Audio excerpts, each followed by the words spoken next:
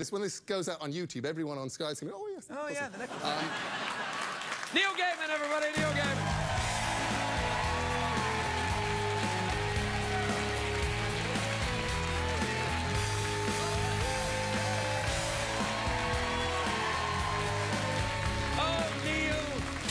Neil, it's so lovely to see you again. It's lovely to be back. You look great. Your hair's been teased. The ladies in makeup did it, and then my wife walked in and said, do it like this, and so the normal sort of average Gaiman mop. No, it's gone. You're like some kind of... I could be somebody else. Well, no, it's not that dramatic, but it does look like you're someone who knows a lot of very clever ladies. I know lots and lots of clever ladies. Well, that's They're all nice. back there in the makeup room. Yeah, no. Well, and your wife's going to be on the show later on. She is. Yeah, she's going to sing. She's formed the most peculiar supergroup possibly in rock history. Yeah, it's a very odd kind of affair, the way that you... Well, no, it's not an odd affair, it's a marriage, but yes, but you've got this very weird and very, to me, very attractive and interesting kind of road show going on with you and Amanda, haven't you? We do. It really was just a sort of mad way of... We're still trying to figure it out. We got married. Right. We're loving being married. Right. We've also discovered that if we try and go on holidays together, it doesn't work. Yeah, I can't imagine you sunbathe much. Are you a sunbather? No. No. Look at me. You've never really been outside, have you, Neil? That's the big place with the thing in the sky. Big thing with the big shiny thing. I've heard about the shiny thing. No. It's terrifying. No, my people, we stay indoors. We have keyboards. We have darkness. Yeah. It's quiet. Yeah, today is our day.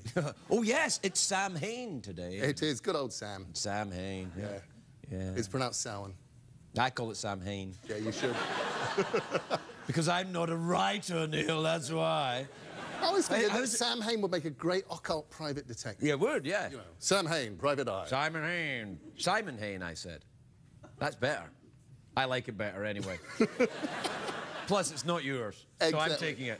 You've got it. It's all okay. yours. Simon Hain, private eye. Sam Hain, so, private. yes, Amanda and I, on the road, doing this tour, we decided to do an evening with Neil Gaiman and Amanda Palmer. She's going to sing. Well, no, but I've been roped into it because she's singing and then she's made me. I know, so she's your wife. You have to do what she tells you. Yeah, absolutely. Oh, I know that. Don't think I don't know that. I know. I know, and that's a thing I know. If your wife tells you to do something, take out the garbage, do it. Sing in my band, sing. It seemed very, very simple. I said, I will read stuff and you'll sing. And except that then she said, good, you'll read stuff, I'll sing, and you'll sing on these following songs. So... I think it's nice. Were you ever in a band back in the day? 1977, age 16, punk. There are embarrassing photos on the internet still. Really? Yes. Really? What did you play? You must have been... Of course I was in bands, yeah. And the glory of 1977 was, for me, it was that wonderful moment of going, you don't have to be any good. No. You don't have to know what you're doing. You just have to get up there and make a lot of noise. And the fact that you cannot dance didn't matter because you could pogo, which was jumping up and down. Yeah, just jumping up and down, yeah. Or the dead fly, just lying on the ground. Absolutely. Which was fine until the people who were pogoing next to you decided they jumped up and down, yeah, that's right. Yeah, you could be dangerously hurt. Now, you twittered me. I did, yeah. When I was in Edinburgh. Tweet you all the time. I follow you on the Tweety. You on the Tweety thing. But I was in Edinburgh. And I asked you to get the haggis. You did. Did you get it? Yeah. Where is it then? Oh, you didn't. You did? Oh, yeah! Now, hang on.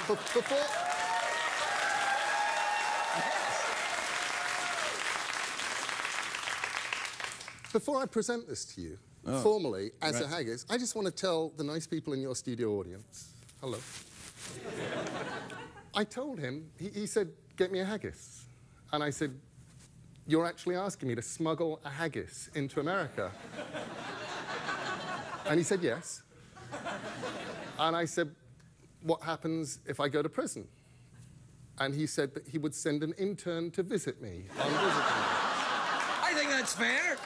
That's lovely. Oh, thank you so much. And it's a Macsween's. Is it a vegetarian haggis? It is a Macsween's vegetarian haggis. Thank you so much. Probably the only one in America right now. This is amazing. Do you want your cushion back? It's actually, I stole it from your production people. You guys have cushions? I said, I'm going to give them the haggis. I said, do you have a velvet cushion that I can present it on? Because nice. it looks so sad. It's not sad at all. It's like a little rock of tasty.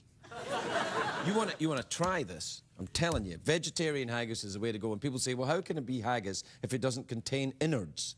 And not wrapped in this. I mean, was it wrapped in the stomach of a vegetarian sheep? Or no, but it's wrapped in the stomach of a vegetarian. No, this is lovely. It's meats and pulses and not meats, you know, pulses. The things that aren't meats. Yeah, the things that are not. Everything that's not meat in Scotland, bits of old chair, you know, stuff like that. Now, you were in Scotland. What were you doing in Scotland? What was I doing in Scotland? I got a house there. Really? Where? Isle of Skye. Wow, it's lovely up there. It's absolutely beautiful. I don't Remote. go there enough. It's incredibly remote. All of my wife's family originated on the Isle of Skye. Coincidentally, I had it was one of the first things we ever talked about. Really? She said, my family come from Skye. I said, good Lord, I have a house there. Which meant Let's get it on. It came shortly afterwards. When we actually got married. Well, no, we got married in January in a very sort of secret, elopey kind of thing. But then when we did the family party, we had it on Skye. It's lovely. And it was great. It was a sort of combination of her relatives in kilts and my North London Jewish relatives, and they're staring at each other from across the room. And then at one point, we actually did the Jewish marriage chair dance while the bagpipes played, which may be the first time that's ever happened in human history. No. My second wife was a Jewish girl. And we did the chair dance, and I was wearing the kilt, which is a dangerous thing to do when you're wearing a kilt and you're wearing the chair dance. People were fainting. I was like, sorry, it's traditional. And they were like, wait, he's not Jewish either. And I'm like, no. That's a true story. Yeah. No, it was quite the scene. I can relate. Yeah. But, you know, yours will work out better than mine. Sure.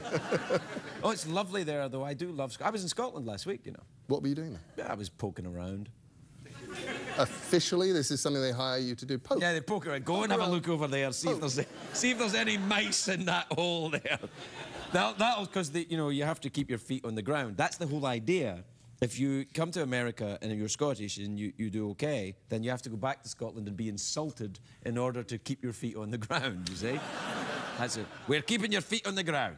So, my neighbours in Scotland, wonderful people, the Nicholsons. Right. And I know them.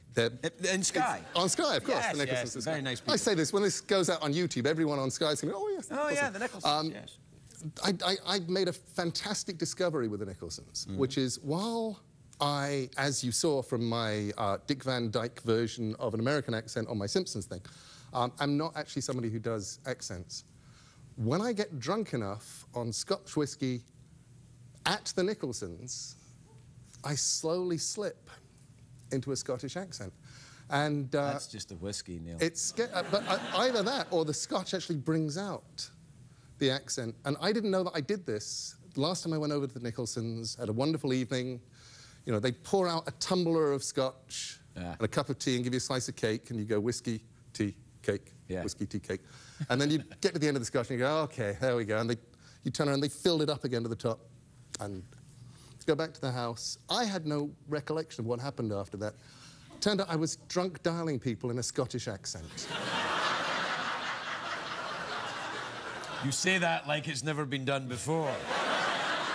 But you have a Scottish accent to start with. Yes, when you were drunk that's dialing. true, but that's only because the whiskey hasn't worn off yet. Have you ever drunk dialed people in an English accent? Yeah, I used to drunk dial people all the time, but not for a long time. Now I sober dial them. In a Scottish accent. Yeah. No, I'd never done it. Well, I had some very great friends, Paul Whitehouse and Charlie Higson, who were both writers and performers in London, were great friends of mine back in the day, and they're both Cockneys.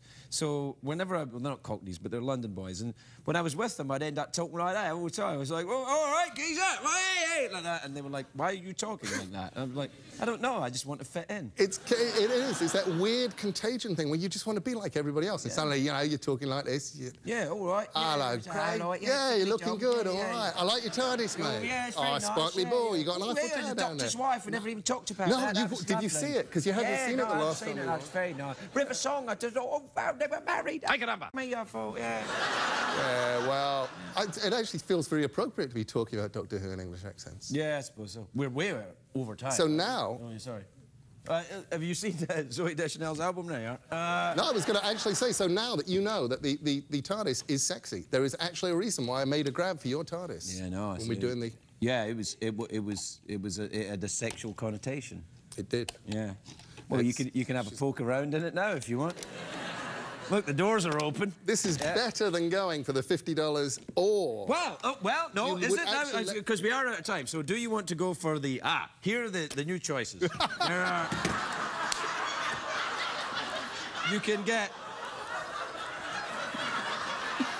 You can go for the $50, you can go for the awkward pause, or you can go for Haggis in the TARDIS. What do you want to try for? You got to go for the 50. Craig, what are the rules of Haggis in the TARDIS? Well, if you answer the question right, then you get to touch the haggis, and I'll give you $50. OK. You know, I think I'd like to go for that, then. All right, then. Here you go. You ready? Yeah. Iceland is in the North Atlantic. Its capital city is Reykjavik. True or false? No, I don't like that. True? No, OK. Let's 40? see. What? Zooey Deschanel going out. She was all like... Got the money. Answered it right. Where's she got? I mean, who would guess that? You don't look at that woman and go, she knows a lot about elephant teeth. Oh, I don't know, Neil. I don't know. Sometimes I look at her and I think things I'm surprised that I think. All right, here's a question. Within $100, what was the average cost of a car in 1953? $300. No, I'm afraid it was $1,650. Close enough, though. $50. You get to touch the TARDIS, Haggis.